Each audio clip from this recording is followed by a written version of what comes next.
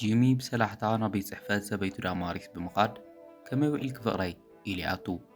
ንሳ ግና ሕድቃና ገንፊሉ ኣብዚ እንታይ ትገብር ኣለኻ ኢላ ትሓቶ። ንሱ ኸኣ እናሓፈረ ምሳሕ ክረሲዕኽዮ ስለ ዝኸድኪ ከይትጠሚለ እየ ሒዘልኪ መጺእ ኢሉ ይምልሰላ። ንሳ ግና ሕጂ እውን ብሕርቃን ናብ ስርሐይ ከይትመጽእ ኢለ ሽሕ ግዜ ተዛረብኩኻን ትብሎ። ካብኡ ካብ ወንበራ ተሲኣ ሕጂ ካልእ ሰብ ከይረኣይካ ቐልጢፍ ውፃእ ኢላ ክትጎቶ ትጅምር። ጂሚ ጽንሒ ፍቕረይ ኣነ እኮ ንዓኺ ኢለ እየ መጺእ ወይስ ብኣይ ተሓፍሪ ኢኺ ኢሉ ይሓታ። ንሳ ኸኣ ሕጂ ዘረባይ ተብዝሕ ብዙሕ ስራሕ ኣለኒ ንስኻ እውን ናብ ስራሕኻ ተትኸዲሕሽ ኢላ ሓውሲ ምግዳል ተውፅኦ። ንሱ እውን እሺ ቀስ በሊ ኢሉ ይኸደላ። ዓዊሎም ክቋየቑ ዝሰምዐ ሓላፊ ሃቬር ጂሚ ስካዕ ዝወፅእ ተጸቢዩ ናብኣ ብምቕራብ ወይዘሪት ዳማሪስ ኩሉ ነገር ሰላም ድዩ ኢሉ ይሓታ። ንሳ ኸኣ እዋ ሓለቓ ኩሉ ነገር ሰላም እዩ ኢላ ትምልሰሉ። ካብኡ ቐጺሉ በጃኺ ሓለቓ ኢልከ ይትጸውዐኒ ኢሉ ይዛረባ። ንሳ ኸኣ ሓለቓይ ስለ ዝኾንካ ካብ ክብሪ ዝተለዓለ ኢኹም ኢለ ጸዊዐካ ትብሎ። ሃቬር ግና ኣነ ግና ሓለቓ ክትብልኒ ኸለኺ ከምዚ ዝኣረጉ ኮይኑ ይስምዐኒ ዘሎ ኢሉ ይምልስ። ካብኡ ዳማሪስ እንድሕር ደሊኻ ሃቬር ኢለ ክጽውዐካ እየ ትብሎ። ካብኡ ሃቬር ሕጂ ግርም ምስ መን ኢኽ ደኣ ትዛረቢ ነርኪ ኢሉ ይሓታ። ንሳ ኸኣ በጃኻ ስቕ ኢሉ ምሳዕ ዘምጸለይ ወዲ እዩ ኢላ ትምልሰሉ። ካብኡ ሃቬር ጽቡቕ በሊ ናብ ስራሕ ክተመለስ ኢሉ ይዝዛ እሞ ክትከድ ክትብል ወይዘሪት ዳማሪስ ሎማ ኣዝኺ መልክዕ ክትረኣይኽኒ ኢሉ የድንቓ። ንሳ ኸኣ የቐኒየሊ ኢላቶ ናብ ስርሓ ትኸድ። ብድሕሪኡ ኣብ ወንበሮም ኮይኖም ክጠማመቱ ይጅምሩ። ብኻልእ ገጽ ጂሚ ምናልባሽ ብሰብኣይ ሓፊራ ዶ ትኾን ኢሉ ብዛዕባ ሰበይቱ እናሓሰበ ክሰርሕ ይጅምር። ኣብ መንጎ እዚ ሓለቑ ኣንድርያ መጺያ ጂሚ ኸመይ ሓዲርካ ኢላ ትዛረቦ። ንሱ ኸኣ ዝበለቶ ከይሰምዐ ክሰርሕ ድሕሪ ምጽናሕ ኣርክቴክት ከመይ ሓዲርኪ የቕረይታ ኣብ ስራሕ ተጸሚደ ይሰማዕኹኹን ጸኒሐ ይብላ። ንሳ ኸኣ እናገረማ ይርኢ እንደለኹን ነዚ ሓሸዋ ስቒልካ ትዘርዎ ኣለኻ ኢላ ኣብ ሓሳብ ተጸሚዱ ስርሑ ብኣግባብ ብዘይምስርሑ ትወቕሶ። ጂሚ ይቕሬታ ፈዚዘ ዶ ስራሕ በዲለ ኢሉ ይዛረብ። ንሳ ድማ ከምኡ ይትበል ጂሚ ስራሕ ከመይ ይኸድ ከም ዘሎ ክትነግረኒ እየ መጺእ ኢላ ትሓቶ። ንሱ ኸኣ ብሓጎስ ሓለቓ ንዕኸርእየኪ ኢሉ ሒዝዋ ናብ ውሽጢ ይኣቱ።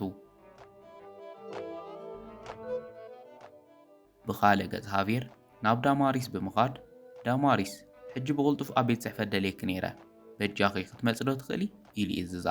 ንሳ ኸኣ እሺ መጻኹ ኢላ ትምልሰሉ እሞ ብቕልጡፍ ናብኡ ብምኻድ እንታይ ነይሩ ሓለቓ ማለተይ ሃቬር ኢላ ትሓቶ። ንሱ ኸኣ በጃኺ ሓንሳእ ናባይ ቅረቢ ኢሉ ይእዝዛ።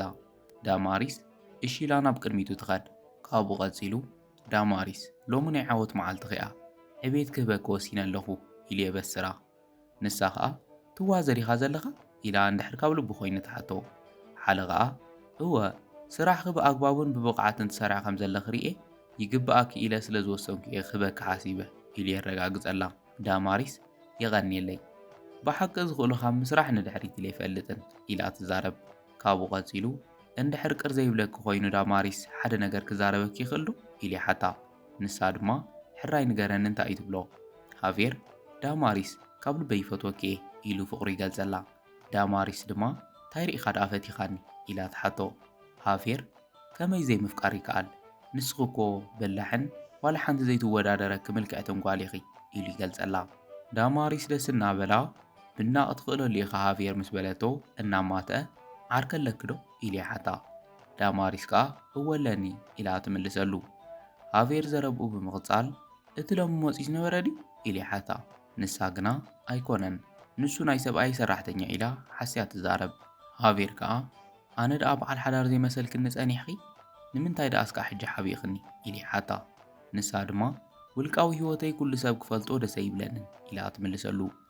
ብድሕሪኡ ሃቬር ጽቡቕ ዝበለጸ ንኽፈልጠኪ ዕድል ክትህብኒ እንድሕር ደኣ ትኽእል ኮይንኪ ክሓተኪ ደልየ ነይረ ኢሉ ፍቓዳ ይሓታ። ንሳ ድማ ምሳኻ ክራኸብ ኣለኒ ዶ ይብለይን ኣይፈልጥን ኢላ ትምልስ።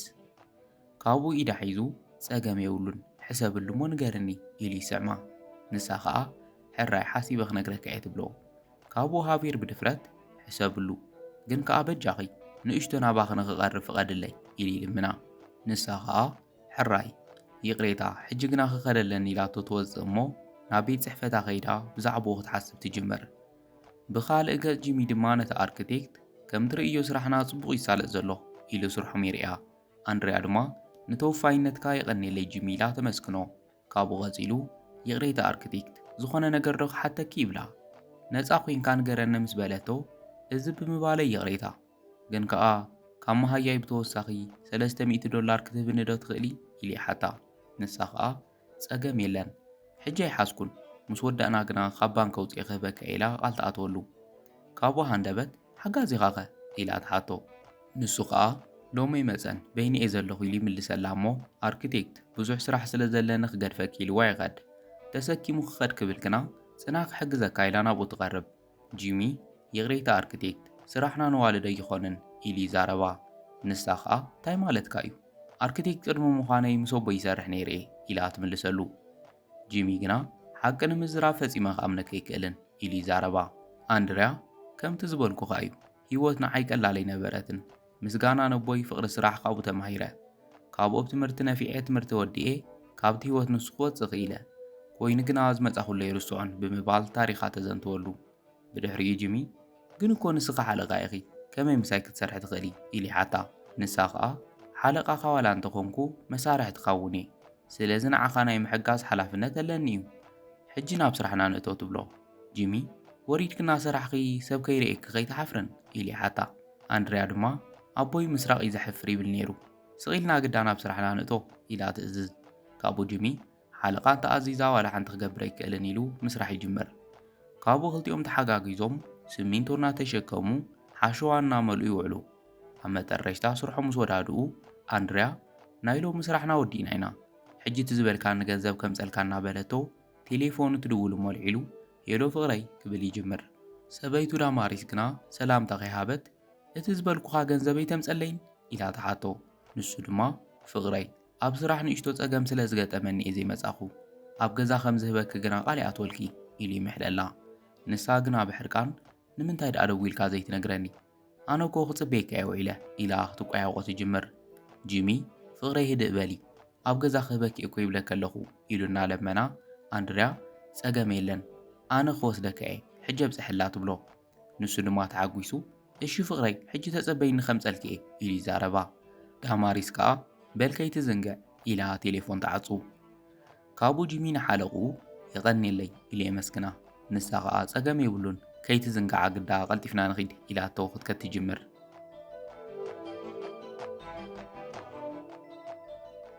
ብኻልእ ገጽ ዳማሪስ ኣብ በሪ ኣፍ ስርሓ ኮይና ከም ዓሻ ጠጦ ወቢሉ ኸውዕለኒ እዩ እንታይ ርኤለ ኤባ ተመርዐዮ እናበለት ከተማርር ትጅምር ኣብ መንጎ ዝሓለቓ ናብኣ ብምምጻእ ዳማሪስ ዝተፈጠረ ጸገም ኣሎ ድዩ ኢሉ ይሓታ ንሳ ከኣ ደሓኔ ኣቕሓ ከምጽሎ እየ ጽበ ዘለኹ ኢላ ትምልሰሉ ንሱ ድማ ዝሕግዘኪ ነገር ኣሎ ድዩ ኢሉ ሕቱ ይቕጽል ዳማሪስ ዋላ ሓንቲ ጸገም የለን ገንዘብ ከም ጸልኪ ሎምን እየ ጽበ ዘለኹ ትብሎ ካብኡ ሃፌር ኣነ ሕጂ እንተሃብኩኸ እታ ዓንተዎ ዝበልኩኽ ነገር ትቕበል ዶ ኢሉ ይሓታ ዳማሪስ ሕቶ ክትብል ከለኻ ኢላ ተፋጥጠሉ ንሱ ከኣ ብሓደ እናኸድና ከማኽ ዝበለት ምልክዕቲ ጓል ናይ ምፍላጥ ዕድል ሃብኒ ኢሉ ይሓታ ዳማሪስ ኣይመስለንን እቲ ገንዘብ ሒዝለይ ዝመጽእ ሰብ ኣብ ዝኾነ ሰዓት መጺኡ ክስእነኒ ይኽእል እዩ ኢላ ትምልሰሉ ሃቬር ከኣ ሕሰብሉ እሺ ብምባል ከይትጉደን እስከ ዓሽዑ ኣነ ማኪና ሒዘያ ክምለስ ኢልዋ ይኸድ ብኻልእ ገጽ ኣንድርያ ኣብ ባንኪ ብዙሕ ተራ ስለ ዝጸንሓ ተጸቢያ እቲ ቓል ዝኣተወትሉ ቅርሺ ሒዛቶ ትምለስ ካብኡ ናብ ማኪና ኣብ ብምእታው ሕጂ ኸናበይና ክንከድ ኢላ ተሓቶ ንሱ ከኣ ናብ ቤልግራኖ ኢሉ ኣድራሻ ሰበይቱ ትሰርሓሉ ትካል ይነግራ ድሕሪ ዝተወሰነ ደቓይቕ ኣብቲ ቦታ ይበጽሑ እሞ ኣብዚኣ ሓዝላይ ኣርክቴክት ኢልዋ ካብታ ማኪና ይወርድ ዳማሪስ ሰብኣያ ካብ መኪና ክወርድ ምስ ረኣየቶ ፈጺሙ ክኾነ ኣይክእልን ኣብ ዘይኮን ሰዓት መጺኻ ኢላ ምስ ባዕላ ትዛረብ ኣብ ተመሳሳሊ ሰዓት ሓለቓ ማኪኑ ሒዙ ብምምጻእ ብመስኮት ተቐልቂሉ ንዕባ ኢሉ ይሓታ ንሳ ኸኣ ንሰብኣያ ከም ዘይረኣየቶ ዕድመ ሓላፊኣ ተቐቢላ ናብታ ማኪና ተኣቱ ጂሚ ምእማን ስኢኑ ዳማሪስ እናበለ ይጽዋዓ ሓለቓኣ ግና እቲ ሰራሕተኛ ሕጂ ኸንታ ክገብር ተመሊሱ እዚ ዲቲ ገንዘብ ሒዝልክ ዝመጽእ ሰብ ኢሉ ይሓታ ዳማሪስ እወ ግና ዘንጊዐ እዩ ስቒልካ ንዓናይ ኢላ ንኽኸዱ ተሓቶ ዳማሪስ ምስ ሓለቓኣ ድሕሪ ምኻዳ ጂሚ ብሕርቃን ዳማሪስ ንምንታይ ከም ዝትገብርኒ ኢሉ ይሓትት ብድሕሪኡ ተመሊሱ ናብ ሓለቑ ብምኻድ ኣትዩ ስቕ ይብል እንታይ ተፈጢሩ ምስ በለቶ ኣርክቴክት ጠጠው ስለ ዘበልኩ ይቕሬታ ሰበይተይ ቀልጢፈ ብዘይ ምምፀይ ሓሪቕ መስለኒ ኢሉ የመኽኔላ። ኣንድሪያ ድማ ሓቃያ ዘንጊዕናያ ኢና ንኾን ኢላ ንባዕላ ትወቅስ። ጂሚ ግና ተቐቢሉ ናትክ ጥፋት ኣይኮነን ሕጂ በጃኺ ካብዚ ንኺድ ይብላ።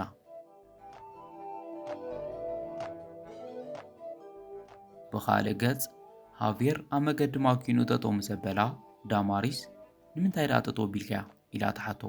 ንሱ ኸኣ ዳማሪስ ዋላ ሓደ ዝርብሽ ሰብ ዘይብልና ንበይንና ኸዘራርበክ ይደሊ ይብላ። ንሳ ኸኣ እንታይ እሞ ኽነዕልል ኢላ ተሓቶ።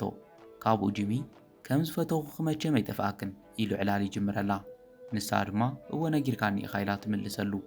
ካብኡ ቐፂሉ ዳማሪስ ከም ንግስቲ ሓንቂቐ ኸንብረክ ፍቐድለይ ኢሉ ይሓታ። ንሳ ኸኣ ከምኡ ከም ተንብረና ይጠራጠርን ግን ከኣ ኣነ በዓልቲ ሓዳሬ ኣይኾንን ትብሎ። ሃቪየር ዘረብኡ ቐፂሉ ንስኽኸ ንዓይኑ እሽቶ ስምዒት ኣለክ ዶ ኢሉ ይሓታ። ኣንድሪያ ድማ ይፈትወካ እየ ግን ከኣ ብሓደ ክንኮን ኣይደልን ኢላ ትምልሰሉ። ሃቪየር ተስፋ ኸይቈረጸ ብሓደ ጽቡቓት መጻምድቲ ክንኮን ኢና በላሕ ስለ ዝኾንኪ ትካለይ ንምምሕዳር ክትሕግዝኒ ኢኺ ክልቴና ዕውታት ሰብ ሓዳር ክንኮን ኢና ብምባል ይስዕማ። ብኻልእ ገጽ ንጂሚ ማኪኖም ጠጠው ኣቢሎም ምስ ወረዱ ኣንድሪያ ኣጆኻ እናበለት ተጸናንዖ። ንሱ ኸኣ እንድዕ ፍርሒ ይወረኒ ኣሎ ምስ ሰበይተይ ዘለና ንርክብ ካብ መዓልቲ ናብ መዓልቲ እናተበላሸወ እዩ ዝርከብ ይብላ። ኣንድሪያ ድማ ሓዳር ኩሉ ግዜ ስሙር ክኾን ኣይክእልን ጎንፂ ዘሎ እዩ ኢላ ትመኽሮ። ጂሚ ግና ንምኽራ ከም ዘይሰምዐ ምናልባሽ ኣነ ይምጥናን ይኾን ኢሉ ይዛረብ። ኣንድሪያ ከምኡ ይትበል ንስኻ ኮ ንፉዕ ሰራሕተኛን ጥዑይ ሰብን ኢኻ ኣነ ኸማኻ ዝበለ ሰብኣይ ተዝህልወኒ ይምጸላእኹን ኢላ ተመጉሶ። ኣብ መንጎ እዚ እታ ናይ ሃቪየር ማኪና ይርአ እሞ እታ ማኪና ኢሉ ናብኣ ክኸድ ይጅምር። ኣንድሪያ ግና ግደፍ ኢላ ብኢዱ ትሕዞ። ንሱ ኸኣ ስደድና ኣንድሪያ እንታይ ይፍጠር ከም ዘሎ ኸይደኽረአ ኣለኒ ይብላ። ኣብ ውሽጢ እታ ማኪና ድማ ሃቪየር እናሰዓማ ኸሎ ዳማሪስ ግደፍ ከምኡ ክንገብር ይብልናን ኢላ ጠጠው ተብሎ። ንሱ ኸኣ ከምዚ ዝበለ ፍቕሪ ንብላሽ ንኽተርፈይ ትግበሪ ኢሉ ይልምና። ዳማሪስ ኣነ ንዓኻ ይግባአን በዓልቲ ሓዳሪ እናበለት ንኽገድፋ ትልምኖ። ሃቪየር ግና እዚ ግን ብሓደ ካብ ምዃን ኣይክልክለናን ንዕኡ ገዲፍክ ምስ ኣይኩኒ እናበለ ኽእምና ይጽዕር። ካብኡ ክስዕማ ኽብል ዳማሪስ ሕራይ ሕቶኻ ክቕበለ ኮይኑ ግና ዝተወሰነ ግዝሃበኒ ትብሎ። ሃቪየር ከኣ በጃኺ ሓንቲ ዕድል ጥራይ ሃብኒ ከመይ ህይወትክ ከም ዝልውጦ ኽርእኪ እናበለ ይልምና። ካብኡ ምስ ስዒዓ ምስ ጀመሩ ጂሚ መፁ ይርኦም እሞ ማዕጾ ኸፊቱ ዳማሪስ እንታይ ክትገብር ዘለኺ ኢሉ ይሓታ። ንሳ ኸኣ ብሕርቃን ወሪዳ እንታይ ክምልሰልካ ኢኻ ደሊኻ ኢላ ብላዕሊ ክትኮነሉ ትፍትን። ጂሚ በዓልቲ ሓዳር ሰበይቲ ምስ ሓለቓኺ ክትሰዓዓሚ ግቡእ ዲ ኾይኑ ኢሉ ይሓታ። ኣብ መንጎ እዚ ሃቪየር መፂኡ ዳማሪስ እዚ ሰራሕተኛ ንምንታይ ከምኡ ኢሉ እስካዕ ዝዛረበ ዕድል ትህብዮ ኢሉ ይሓታ። ጂሚ ኸኣ እናሓረቐ ናይ ምንታይ ሰራሕተኛ ኣነ ሰብኣይ ዳማሪስ እየ ኢሉ የፋጥጠሉ። ካብኡ ሃቪየር ብስምባደ ሰብኣይ ክድዩ ኢሉ ይሓታ። ንሳ ኸኣ ይቕሬታ እወ ትብሎ። ጂሚ ግና ካብ ኣፋ ሓዲጉ ነይረበልዮ ኣብ ቀረባ ፍትሕቲ ክትኮን ኢኺ ኢሉ ብሕርቃን ይዛረባ። ካብኡ ቐፂላ ንሃቪየር ንስኻ ኺድ ኣነ በይኒ ከዘራርቦ ይደሊ እየ ኢላ ንኽርሕቐሎም ተሓቶ። ሃቪየር ምስ ከደ ጽናሕ ክነግረካ ኢላ ንሰብኣያ ክተረድኦ ትፍትን። ጂሚ ግና እንታይ ክትነግርኒ ብኣይ ስለ ተሓፍሪ ዲኺ ሒድክኒ ኢሉ ይሓታ። ዳማሪስ ከምኡ ኣይኮነን ግን ከኣ ኢላ ስቕ ምስ በለት ንገርኒ ባ ንምንታይ ከይድክኒ ኢሉ ደጊሙ ይሓታ። ካብኡ ዳማሪስ መሳርሕተይ ኩሎም ሰብኡተን ዶክተራትን ኢንጂነራትን እዮም ከመይ ጌሩ እሞ ሰብኣይ ሃናፂ ይኽብለን መሕፈሪ እዩ ትብሎ። ንሱ ኸኣ እቲ ተራ ትብልዮ ዘለኻ ሃናፂ ንስኺ ኸይጐድለክ ለይትን ቀትርን እዩ ረሃፁ ዘፍስስ ካልእ እትረፍ እናኸፈልኮም ሂረብ ዘብጻሕኩ ኸኣ ንኤ እዚ ኢደይ ይብላ። ንሳ ድማ በጃኻ ጂሚ ተረድአለይ ካብኣተን ትሒተ ንኸይርአ ኢለ እየ ኢላ ትልምኖ። ንሱ ግና ሓዳር ናብ ዝኸብቅዕ እዩ ካብ ገዛ ኣቑሑተይ ሕጂ ሒዘ ክወፅእ እየ ናይ ፍትሕ ወረቐት ከኣ ኣብ ቀረባ መዓልቲ ክበጽሐኪ እዩ ተጸበይ ኢሉ ካብ ልቡ ከም ዝቖረጸ የፍልጣ። ዳማሪስ በጃኻ ሕሰበሉ ሃንደበት ዘጋጠመ ነገር እዩ እናበለት ትልምኖ። ንሱ ኸኣ ኣይተሓፍርን ኣጋጣሚ ክትብሊ ድሕሪ ሕጂ ኣብ ቅድመይ ከይትጸንሕ ኢልዋ እናለመነቶ ከም ዘይረኣያ ይኸድ። ብድሕሪኡ ጂሚ ብሕርቃን ተዋሒጡ ንበይኑ ኾፍ ናብ ዝበሎ ኣንድሪያ መጽያ ጂሚ ብዘጋጠመካ ነገር ኣዝየ ሓዚነ ትብሎ። ንሱ ድማ ኣጆኺ ንስኺ ክትጭነቕ ኣይደልን እየ ኢሉ ይምልሰላ። ካብኡ ኣንድሪያ ንእሽቶ ብእግርና ተተንቀሳቐስናኸ ኢላ ተሓቶ። ጂሚ ግና ገና ዘይወዳእኽዎም ስራሕትታት ኣለዉ ክምለሰለኒ ኢሉ ናብ ስራሕ ክኸድ ከም ዘለዎ ይዛረባ። ኣንድርያ ንሱ ካልእ ግዜ ክትሰርሖ ትኽእል ኢኻ፣ ፈለማ ንስኻ ድሓን ክትኮን ኣለካ ኢላ ትዛረቦ። ካብኡ ጂሚ ሓቂ ኢኻ ኣርክቴክት ምስ በላ ኣንድርያ በጃኻ ኣርክቴክት ኢልካ ይትፀውዐኒ ብስመይ ኣንድርያ በለኒ ትብሎ። ጂሚ ድማ ጽቡቕ ኣንድርያ ሕጂ ንዕና ኢልዋ ብሓደ ክኸዱ ይጅምሩ። ካብኡ ኣንድርያ ሕጂ ዳ እንታይ ንምግባር ሓሲብካ ትብሎ። ንሱ ኸኣ ሕጂ ንበይነይ ኮይነ ህይወት ክፍትና ይሓስብ ኣለኹ፣ ብዛዕባኡ ግን ኣይጥንሓልና ርእሲ ንቐይር ኢሉ ካብ ዘለዎ ሓሳብ ክወፅእ ከም ዝደሊ ይዛረባ። ንሳ ኸኣ ደስ ይብለኒ ብዛዕባ ዝደለኻዮ ነገር ሕተተኒ ትብሎ። ካብኡ ጂሚ ኩሉ ነገር ከለኪ ንምንታይ ንበይኒ ክንምዃን መሪፅኪ ኢሉ ይሓታ።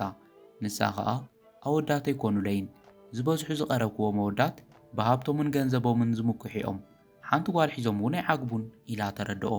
ጂሚ ኸኣ ይርድአኒ እዩ ንኸማኸ ዝበለት ጓልማ ብሉፅ ሰብኣይ ዝግባኣ ይብላ። ካብኡ ኣንድርያ ሓቂ ንምዝራብ ዘኽብረንን ዝፈትወንን ወዲ እንተዝረክብ ደስ ምበለኒ፣ ኮይኑ ግና ኣምላኽ ተዘይልዎ ይኾንን ትብሎ። ጂሚ ተቐቢሉ እንታይ እሞ ክብል ክልቴና ፍቕሪ ዕድለኛታት ኣይኮናን፣ ከም ዝረኣኽዮ ኣነ ህይወተይ ንምሃብ እውን ኣይበቅቕን፣ ንሳ ግና ሕማቕ ፈድያትኒ ይብላ። ካብኡ ኣንድርያ ኣጆኻ ሓደ መዓልቲ ዕድል ክትመፀና እያ ኢላ ተጸናንዖ።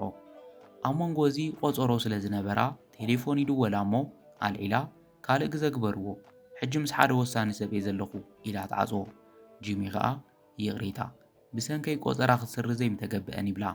ኣንድርያ ግና ምሳኻ ግዜ ክሕልፍ ስለ ዝደለኹ እየ ኢላ ትምልሰሉ። ካብኡ ጂሚ ንኹሉ ዝገበርክለይ ነገር ይቐኒየለይ ኢሉ የመስግና።